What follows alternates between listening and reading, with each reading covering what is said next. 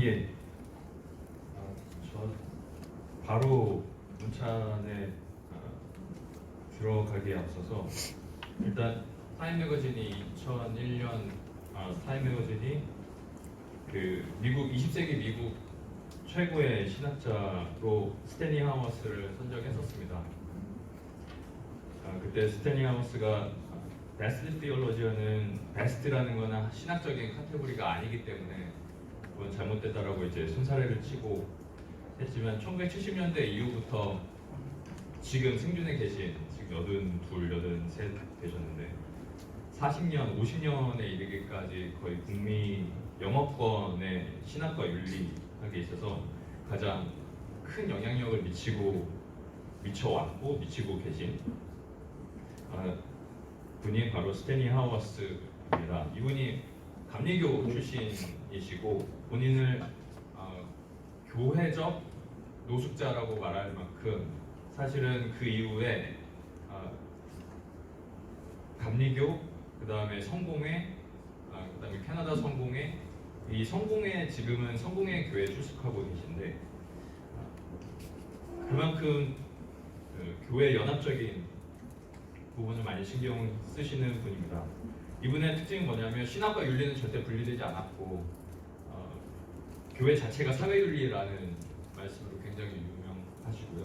많은 책들을 쓰셨는데 사실은 한국에 많이 번역된 책들이 그렇게 많지는 않습니다. 지금 이제 막 한국 신학계, 윤리학계에서 신학적 윤리학계에서 관심을 기울이고 계십니다. 흔히들 아마 그 MDU 학생분들이 많으신 걸로 알고 있는데 칼바르트라는 이름은 들어보셨을 겁니다. 20세기 최고의 신학자인 19세기 기독교 역사상에서 칼빈 어거스틴과 비견되는 신학자인데 그와 같은 스탠리 하워스라는 사람과 지금 현존하고 있는 상태에서 이상하리만치 한국 신학계와 한국 교계에서는 스탠리 하워스를 종파주의자, 분리주의자, 섹타리안으로 많이 취급을 하고 논의 자체를 거부합니다. 왜냐하면 이미 김성희 박사님께서 발제해 주신 것처럼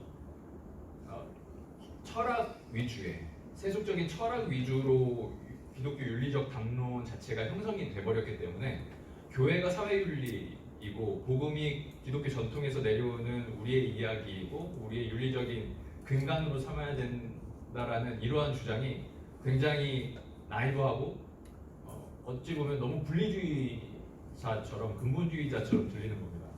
하지만 스탠리 하워스는 나는 윤리를 함으로써 신학을 한다라고 말씀하셨고 초기부터 중기까지는 나는 윤리학자라고 도덕신학자라고 말씀을 하셨지만 2000년대 이후부터 최근 들어서는 나는 신학자라고 말씀을 하십니다.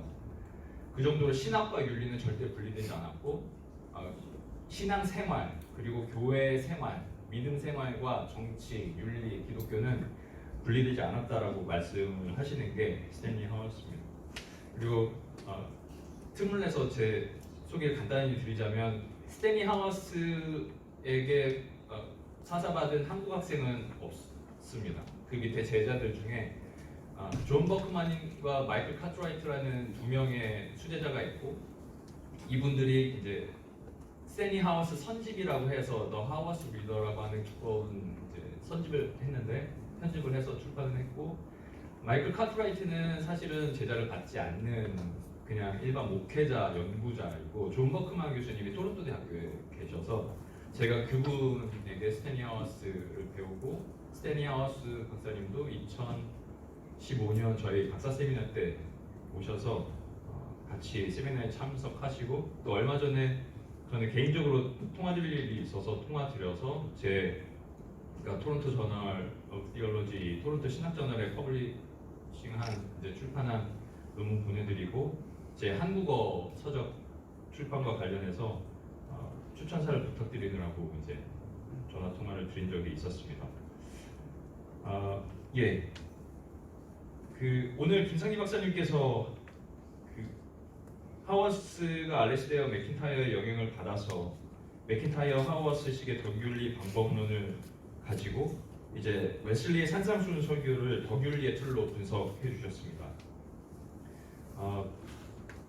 본 논찬에서 저는 스탠리 하워스에 대한 비판적인 평가가 주를 이루었던 국내 신학계 및 기독교 윤리학계에서 스탠리 하워스의 신학적 윤리학에 대한 하나의 평가를 하나의 건설적인 적용을 모색했다는 점에서 그 의의가 크다고 할 수 있습니다. 이 부분은 다시 한번 말씀드리지만 그 스탠리 하워스에 대한 그 명성에 비해서 영어권에 대한 영어권 신학자를 굉장히 한국 신학계나 교계에서 빠르게 차용하는 데 비해서 스탠리 하워스는 거의 거부의 대상이 되어왔거든요.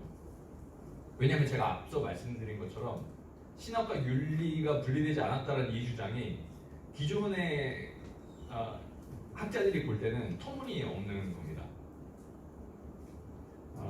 그래서 김성희 박사님께서 발제하실 때 칸트를 중심으로 한 계몽주의적 기획과 그에 기반한 전통적 규범 윤리학을 간략하지만 적합하게 소개해 주셨고 더 이상 덕윤리를 무시할 수 없다는 것을 분명히 해주셨습니다. 그래서 하워스의 윤리학은 윤리학인데 신학적 윤리학이라고 합니다. 왜냐하면 그 기반이 그의 신학이기 때문에 그렇고 특히 카르바르트의 강한 그 기독론이 있지 않습니까? 그리스도 아니라고 하는 그리스도인의 새로운 실제 존재론적인 기반 그것이 기반이 되어 있기 때문에 하워스의 윤리학을 신학적 윤리학이라고 합니다. 특히 아리스토텔레스의 영향을 받은 맥킨타이어의 덕이해에 큰 영향을 받았기 때문에 이 부분을 간단히 추가적으로 설명드리고 제 논찬을 마치려고 합니다.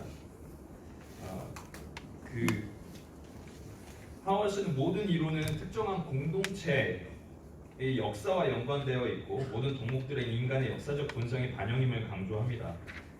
이것은 김상희 박사님께서 밝히신 것처럼 이론과 덕목들은 다양한 역사적 맥락과 공동체적 배경을 반영하고 있기 때문에 그렇습니다.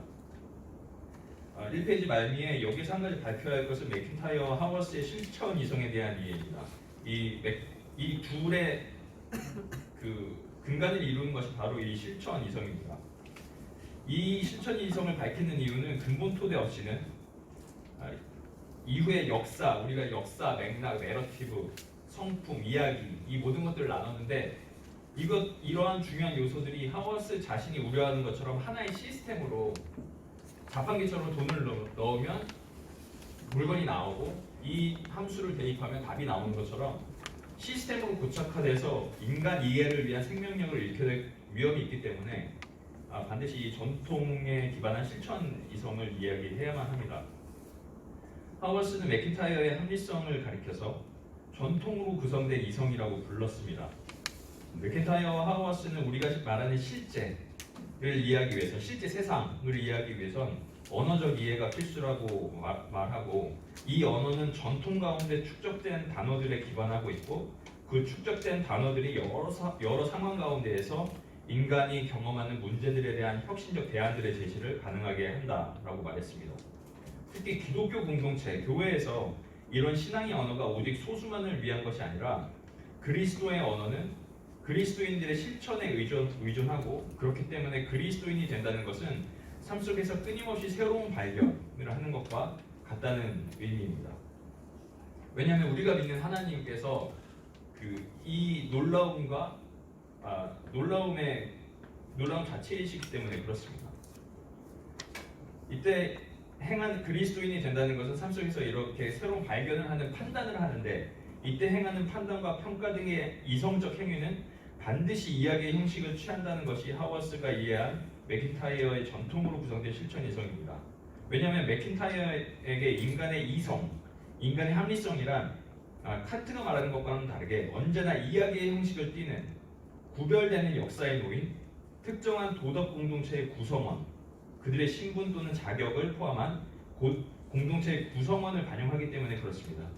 그래서 맥킨타이어에게 그리고 이에 동의하는 하워스에게 합리성이란 인간의 이성이란 이야기적이고 공동체적인 과정입니다. 이 과정 안에서 구성원들은 그들의 공동된 선을 발견하게 됩니다. 발제자이신 김성희 박사님께서 밝히신 것처럼 하워스에게 덕이란 인간에게 주어진 것입니다. 이 덕이라는 것이 인간 스스로 혼자서 무언가를 내면적으로 만들어내는 것이 아니라 외부에서 선물로 주어진 것입니다. 이 덕이란 선물은 역사와 공동체적 맥락 안에 있는 인간에게 이야기의 형식을 빌려서 전통이라는 이름으로 전수의 형식을 통해 이루어집니다. 그래서 하워스는 웨슬리에서 더 나아가서 감리교인이 자신을 가리켜서 복음주의적인 가톨릭인이라 묘사하기도 하는데, 실제로 하워스의 제자들 중에서 존 버크만, 제 스승님이셨던 존 버크만 교수님도 원래는 장로교 학생이셨는데 스탠리 하워스 밑에서 박사과정을 하시면서 로마 가톨릭으로 지금 가르치는 토론토 대학교 안에 있는 리지스 컬리지라는 예수의 학교에서 도덕신학을 가르치고 계십니다. 네, 실제로 그렇게 로마 가톨릭으로 옮기는 복음주의적 가톨릭인이라고 묘사하기도 하는데, 이것에 대해서는 나중에 기회가 된다면 따로 말씀드리도록 하겠습니다. 이 역사성과 공동체성이 하워스의 덕윤리를 감싸는 방법론적 테두리라고 김상희 박사님께서 말씀해 주셨는데, 왜냐하면 하워스는 인간을 역사적 존재로 인식하기 때문에 그렇습니다. 이런 인간관이 덕윤리에도 적용됩니다. 특히 그리스도인의 삶에 있어서 도덕 발달을 위한 훈육과 함량은 자아로 하여금 기속감을 갖게 할 대안적 사회 즉 교회 공동체가 필요합니다. 여기서 필요한 것이 이제 내러티브인데, 내러티브는 행위자에게 정체성의 근거가 되는 토대라고 말씀해 주셨는데, 아까 말씀드린 것처럼 인간 자체를 이야기적인 존재로 해석합니다. 이야기 없이 존재하는 인간은 없다는 것이죠. 그래서 이야기가 인간의 이성이 되고, 인간의 이성을 말할 때는 이야기 방식으로밖에 이야기하는 방법 외에는 없다는 것이 맥킨타이어와 하워스의 실천 이성의 특징입니다. 그래서 3페이지 보시면 맥킨타이어와 하워스에게는 예시, 우리가 example이라고 하는 예제가 필요하고 굉장히 중요합니다. 제일 많이 사용하는 예가 바로 공예 전통, 도예가와 도공의 예가 있습니다. 그래서 한 인간이 철학적으로 이성 또는 합리성을 배우기 위해서는, 윤리, 덕을 배우기 위해서는 마치 견습공이 도예가가 되기 위해서 자신의 삶을 구별된 방식으로 정진하고 그 삶과 어울리는 덕목들을 습득하는 생활 양식을 갖는 것과 같다는 것입니다.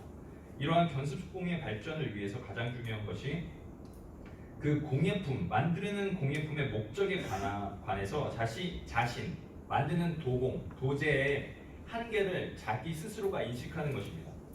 그리고 그러한 종류의 판단의 실천 및 습관을 통해서 그 도공들은 자신들의 성취와 업적에 대해서뿐만이 아니라 그들의 잘못과 실수에 대해서도 인정하고 인식할 수 있고 책임을 질 수 있는 자기 이해를 습득하게 됩니다.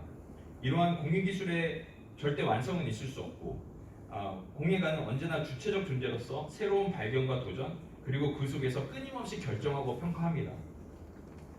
이것을 기독교 신앙에 대입해서 이해하자면 자기의 잘못을 이해하는, 자기의 죄를 인식하는 겁니다. 우리가 덕윤리라고 하면 여기도 다시 인간의 어떤 긍정적이고 낙관적인 부분으로 끊임없이 제로 베이스에서 토대를 위해서 긍정적인 것을 빌딩을 쌓는 것처럼 쌓아간다고 생각하기 쉬운데, 사실은 자기 이해라는 것은 자기 기만을 인식하는 겁니다. 자기를 속여왔던, 자기가 이 세상 가운데 살아오면서 습득했던 많은 잘못된 이론들이 있습니다. 세상, 예를 들면 보건, 의료가 자기를 지켜줄 것이다. 연금이라는 것이 내 생명줄이다 라는 그런 실제적인 잘못된, 그리스도인으로서 잘못된 인식들이 있습니다. 세상에서 배우는. 근데 그런 것들을 자기 기만이라는 그런 것이 기독교 신앙에 비추어 봤을 때 잘못됐다라는 것이, 자기 기만이라는 것이 하워스 박사의 주장입니다. 왜냐하면 우리의 주님은 예수님이지 의학이 아니기 때문에 그렇습니다. 마지막 부분, 웨슬리의 산상수훈 설교와 덕윤리에서 발제자이신 김상희 박사님께서는 신학과 윤리가 결코 분리되지 않음을 웨슬리의 산상수훈 설교가 가진 덕윤리적 구조를 통해 주장하셨습니다. 이것이 신학이냐 윤리냐의 양자택일적 분리의 관점을 넘어서 신학이자 윤리라는 양자 공유적 통합의 결에서 살펴봐야 함을 강조하셨습니다. 여기서 웨슬리의 산상수훈 설교에 나타난 덕윤리의 사회성, 완전성, 고양성, 그리고 덕의 고향을 막는 장애물에 대해 해설이 됩니다. 덕의 사회성은 덕이란 주어지는 것이라는 하우어스의 주장처럼 다른 이가 없이는 기를 수 없음을 말하는데, 이것 또한 시스템적으로 이해하시면 안 되고, 다른 이의 존재가 없으면 나의 다른 이를 사용해서 내가 덕윤리를 상호작용을 통해서 기르는 것이 아니라, 더 원천적으로는, 원론적으로는, 근본적으로는 다른 이를 통해서 나의 기만을 내가 인식하는 겁니다.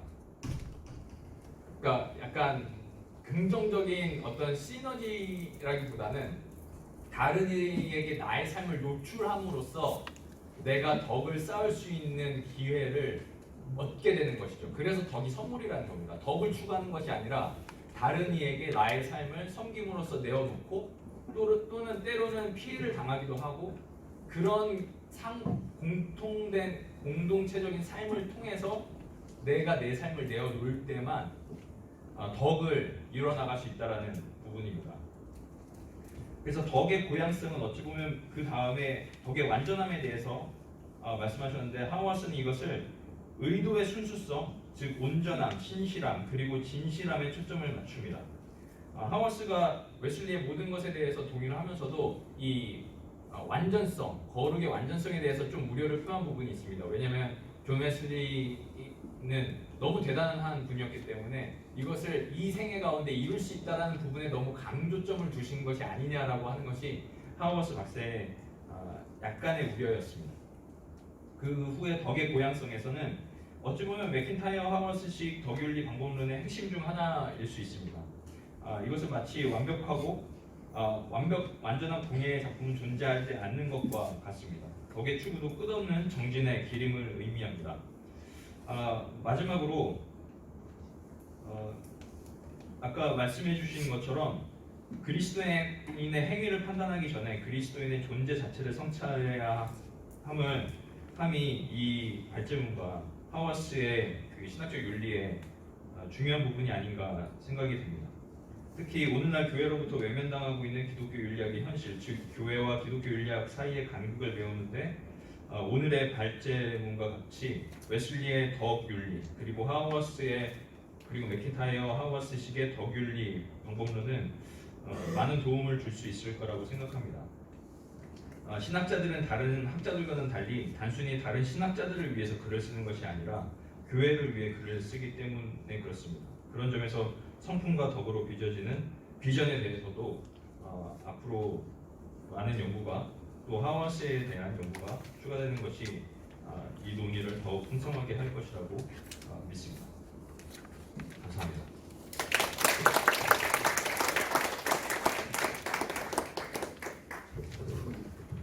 일단 저도 그러면 이제 웨슬리의 입장을 말씀드리고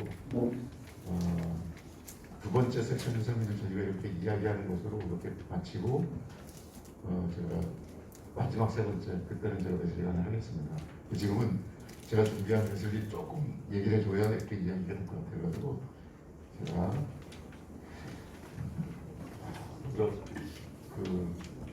이렇게 스테인 하우어스에 대해서 긍정적으로 이야기하시는 걸 처음 만나뵙게 돼서 너무 감사합니다.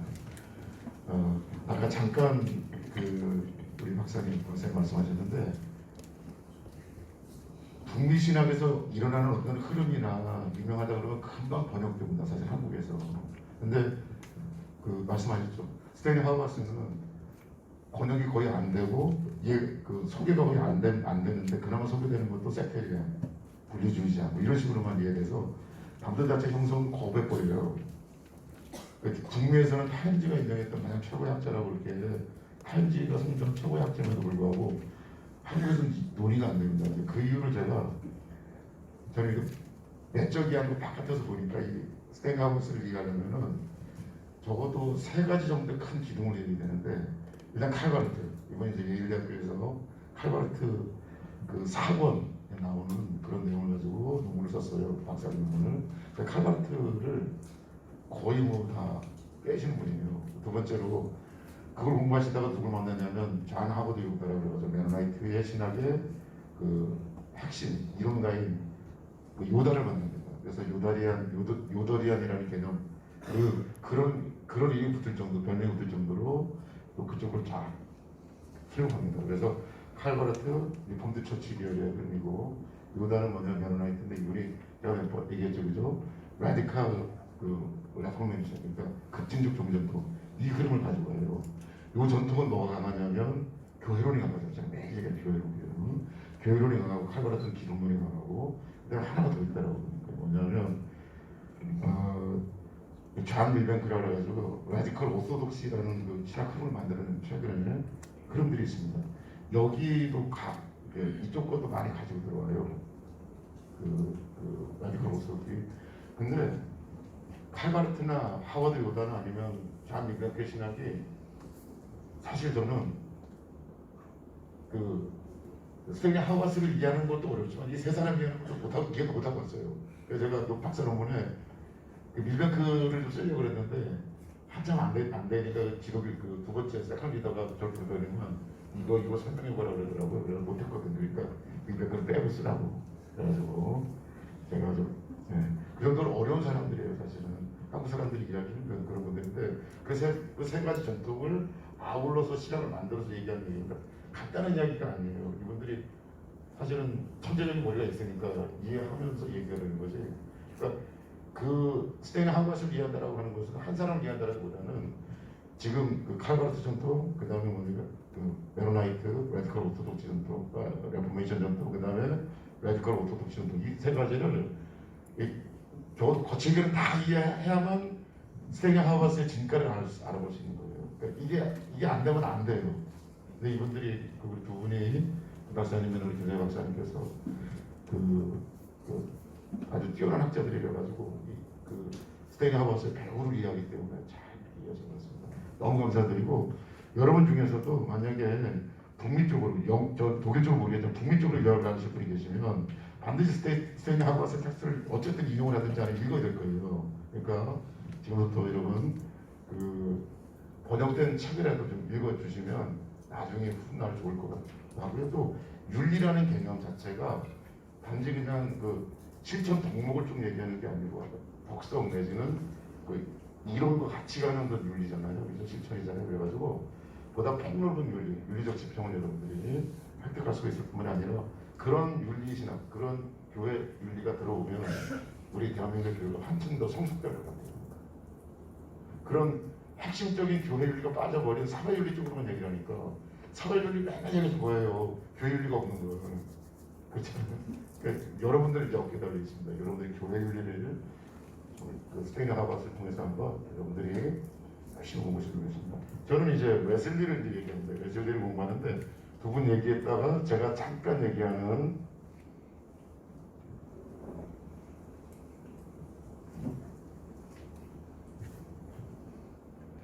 프로젝트가 누구죠?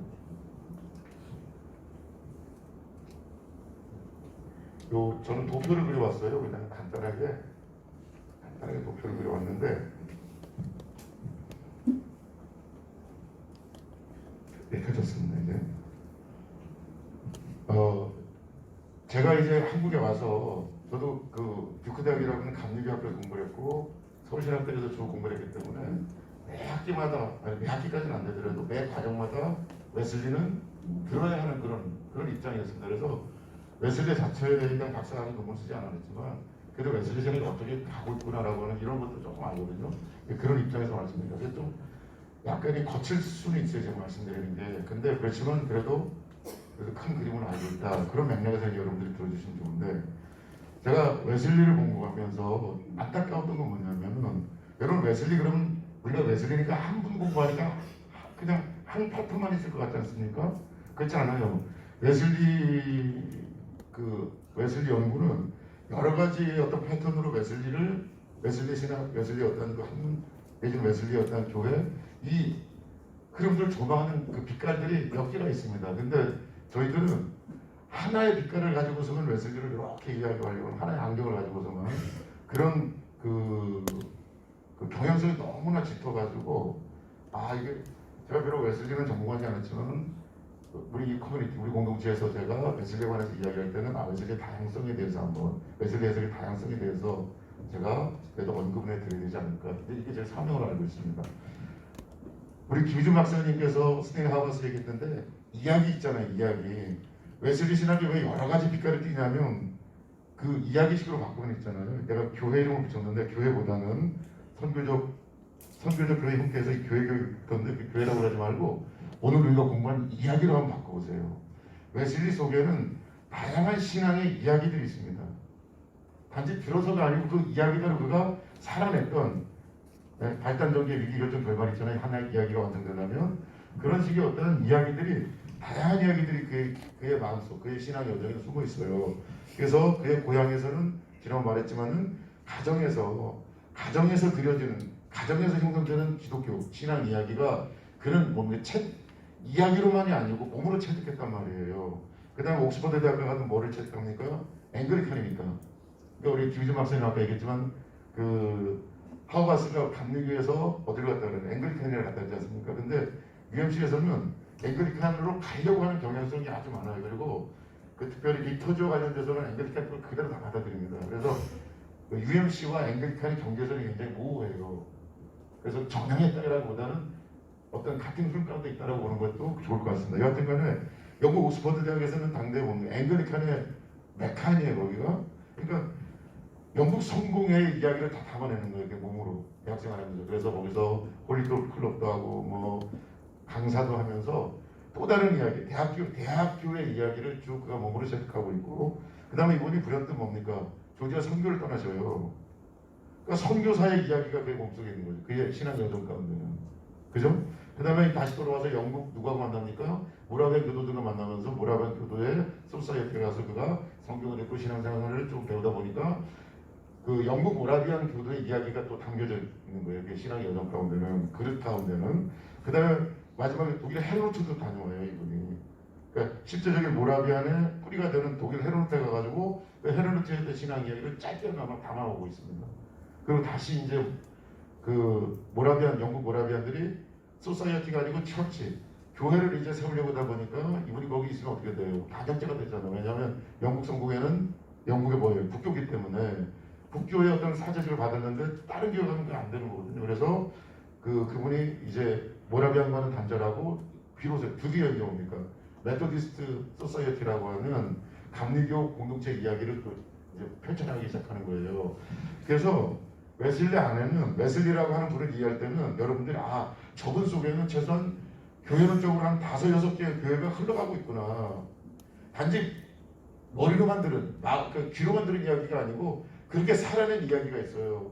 여러분 한번 보십시오. 우리 식대로 말하면 여러분이 감리교에서 몇 년간 신앙생활 해보고 장로교에서 몇 년간 신앙생활 해보고 침례교에서도 해보고 성육교에서도 해보고 때로는 뭐 저쪽에 있는 뭐 성공회도 있지 않습니까? 해보고 5-6개가 쭉 여러분 흘러가잖아요. 이야기가 풍성한 뭐가 생기냐면 여러분만의 독특한 시각 내지는 독특한 어떤 그 선교, 교회 성경을 바라보는 관점들이 풍부하게 펼쳐져 있습니다. 그것이 바로 웨슬리가 그 이후에 선교하면서 내지는 메토디스트 운동을 하면서 그 펼쳐냈던 이야기가 다 거기에 막 이렇게 이야기가 서로 연결되고 되어서 풍성하게 전개됐던 거예요. 그러니까 중요한 건 뭐냐면 그 웨슬리 속에는 최소한 한 5-6개 정도의 이야기가 교회의 이야기, 교회론적 이야기, 내 신앙의 이야기가 흘러가고 있었고 그가 몸으로 직접 체득했다라고 하는 이 부분이 웨슬리를 위하는 가장 중요합니다. 그렇기 때문에 어떤 일이 발생되는 거냐면은 이것부터 지난번에 좀 잠깐 다시 말씀드리면 웨슬리를 연구할 때 어떤 부분으로 웨슬리를 카톨릭적인 신앙으로 웨슬리의 신앙 이야기를 쭉 구성하는 분이 계셔요. 그 다음에 어떤 분은 아니다. 이분은 종교개혁적 모델이라고 종교개혁이라고 하는 안경으로 이분의 이야기를 쭉 정리를 해야 된다라고 하는 분이 계시고 또 어떤 부분은 아니다. 더 훨씬 더 종교개혁보다 더 급진적인 종교개혁. 그 레포메이션이라고 하는 종교개혁 그 모델로 봐야만 그의 모든 이야기들이 우리가 해석할 수 있다라고 하는 보시면 아시겠지만 웨슬리의 그 신앙 이야기 속에는 다양하니까 이렇게 서로 이렇게 분류해도 비판할 수가 없어요. 다 그 이야기들을 건져낼 수 있습니다. 그 카톨릭 모델로 아니면 종교개혁 모델로 아니면 급진적 종교 모델로. 제가 질문이에요. 자 오늘 김상일 박사님이 이제 산상설교를 얘기했지 않습니까? 산상설교를 가지고선 덕일을 이제 전개했는데 그 부분을 보면 이제 제가 조금 이쪽에서 공부한 입장에서 볼 때는 이 3가지 모델 중에 지금 웨슬리를 뭘로 고른 거냐면 급진적인 종교 개혁의 모델을 본 거예요. 이쪽 동네에서는 그들의 신앙이 준 텍스트가 뭡니까? 산상설교입니다. 근데 저 얘기가 아니고 프랭크 리텔이라고 하는 사람이 이제 그런 얘기를 했어요. 이분은 그 에나베티스 전통에서 그 웨슬리를 전망하는 메토디스를 전망하는 그런 분인데 이쪽의 텍스트는 산상설교입니다. 급진적 종교개혁 모델에서는. 그 다음에 종교개혁 모델에서는 어떤 텍스트입니까? 로마서. 해외 오시는 종교개혁 하시는 분들은 로마서를 가지고서는 회심하거나 아니면 그걸 가지고 강조하거든요. 그래서 이신칭이 이런 얘기 많이 하고, 카톨릭 같은 케이스는 어떤 케이스냐면은 성경도 성경이지만 플러스 뭐예요? 전통까지를 얘기하는 그런 흐름들이 있잖아요. 이런 흐름에서는 그 웨슬리도 뭐를 굉장히 중요해요. 성경만큼, 성경보다는 안 했지만 성경을 읽는 만큼 중요한 책이 뭐냐면 동방기부의 마카리우스, 이 어떤 기도문, 이런 걸 굉장히 중시했습니다. 그러니까 그 다양한 종교, 다양한 신앙 이야기를 그가 습득하고 그가 갖고 있었던 웨슬리가 전개한 이 감리교 운동은 하나의 관점으로 쭉 이렇게 나열할 수 있는 게 아니고, 후대 분들이 그의 이야기를 쭉 분석해 보니까 뭐 다 카톨릭적 관점을 봐도 맞고, 종교적 관점에서 맞고, 예를 들어서 급진적 종교교회 모델에서도 맞는다 이겁니다. 이것이 이제 큰 틀에서 본 내용이고요. 제가 이제 오늘 그 강의를 위해서 웨슬리에 관련돼서 현재 지금 미국에서 일어나고 있는 어떤 그 웨슬리 해석의 여러 가지 관점들을 보는데, 우리가 잘 알고 있는 켄 콜린스가 있어요. 이분은 주로 뭡니까? 웨슬리의 텍스트를 가지고선 웨슬리 신앙을 구성하고 있습니다. 설교를 가지고서는 뭐 이런 개념들. 그 다음에 이분이 에즈베리 신학교 계시죠. 우리 학교는 대부분 이쪽 계열이에요. 그냥 텍스트를 가지고서는 웨슬리 신앙을 구성합니다. 제가 말하는 이건 옳고 저건 틀리고 이런 얘기를 하는 게 아니고 웨슬리 해석에 있어서의 다양성을 얘기하는 거예요. 두 번째로 그 하이젠하이러라고 하는 분이 계신데, 이분은 역사가예요. 이분은 거꾸로요. 웨슬리의 컨텍스트, 그러니까 일지나 이런 거 있잖아요. 그분이 이제 여행 가시다 한번 쭉 써놓으신 거, 그런 거를 중심으로 해서 웨슬리 신학을 다시 재구성합니다. 이분은. 그래서 웨슬리 컨텍스트를 중심으로 웨슬리 신학을, 예전에 웨슬리의 이야기를 재구성하려고 하는 분이 바로 하이젠하이러. 이분이 듀크 대학교 였는데 이번에 지난번에 은퇴하셨고, 그 다음에 프렌치 힐더브란트라고 하는 분은 뭐냐면, 여기 제목도 있죠. 책 이름이거든요. 프롬 루터에서 웨슬리까지라고 하는 책을 해서 알 수 있으시지. 웨슬리를 철저하게 종교개혁이라고 하는, 종교개혁적인 어떤 신학이라고 하는 이런 눈높이에서 웨슬리를 이해하고 해석하는 분이 힐더브란트입니다. 이런 흐름도 있어요. 큰 흐름으로. 그 다음에 하워드 스나이더, 이분이 이제 에즈베리 신학교의 게스트가 아마 은퇴하신 걸로 알고 있는데, 이분이 어떤 분이냐면 대표적으로 웨슬리의 신학을 급진적 정통주의라고 하는, 교회론적 급진적 정통주의, 이 개념에서 웨슬리 신학을 해석하려고 하는 분이에요. 저는 개인적으로 이제 이분의 해석을 굉장히 존중합니다.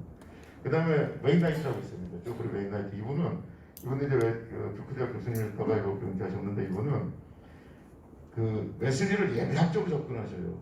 그러니까 저도 이제 이분이 과목을 제가 4과목을 들었는데, 그래서 강의할 때 여러분 찬송가 하잖아요. 이 찬송가 그냥 찬송가가 아니고 찰스 웨슬리가 작곡한 거잖아요.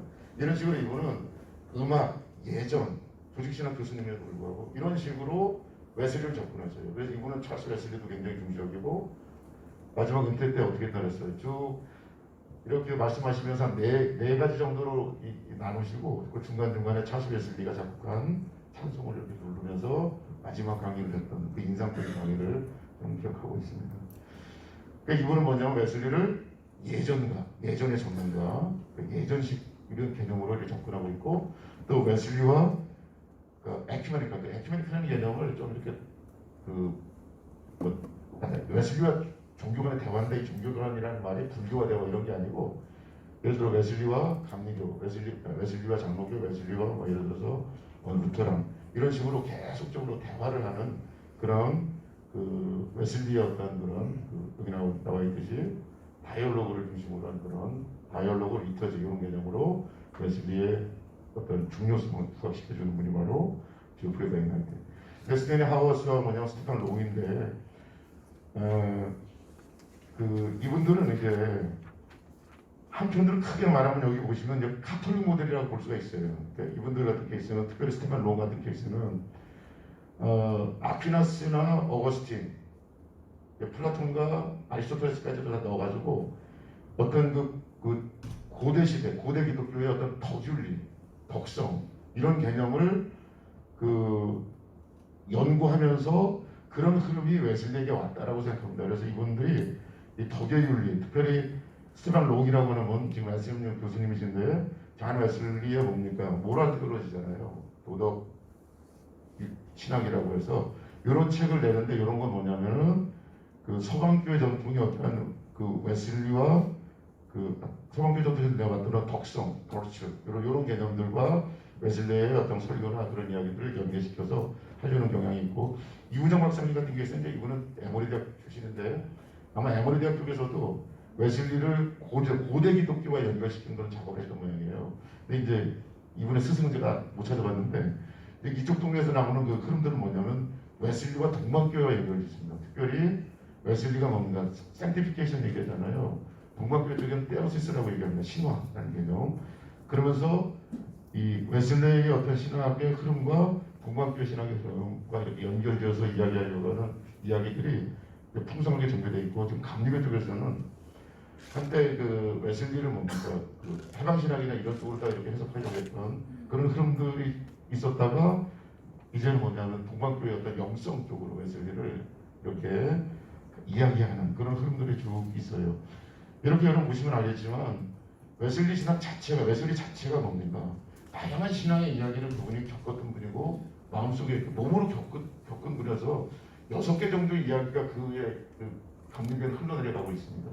흘러내려가고 있고 그렇기 때문에 현대는 아니면 이전 세대에도 웨슬리를 이해할 때는 카톨릭이든 그다음에 종교개혁이든 아니면 급진적 종교개혁이든 이런 스펙트럼으로 다 분석을 해도 다 맞는 그런 어떤 그 흐름들이 나왔고 조금 더 세분하게 현대적으로 보면 한 7, 8개로 웨슬리의 어떤 그 신학의 어떤 갈래를 이게 바닥을 잡는 그런 흐름들을 여러분 볼 수가 있단 말이에요.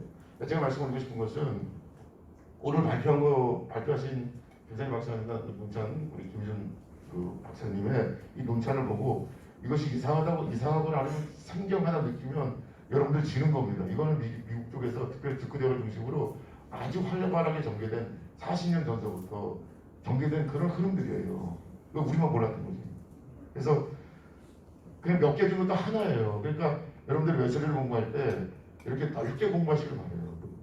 저는 뭐 전문적으로 이렇게 구체적으로 잘 모르지만 이렇게 넓게 펼쳐지고 있다고 하는 이 개념을 저는 알고 있고요. 그 시대마다 어느 건 옳고 그런 게 아니라 시대마다 요청되는 웨슬리 해석이 있어요. 그 해석을 가지고 감리교로 살아남은 겁니다.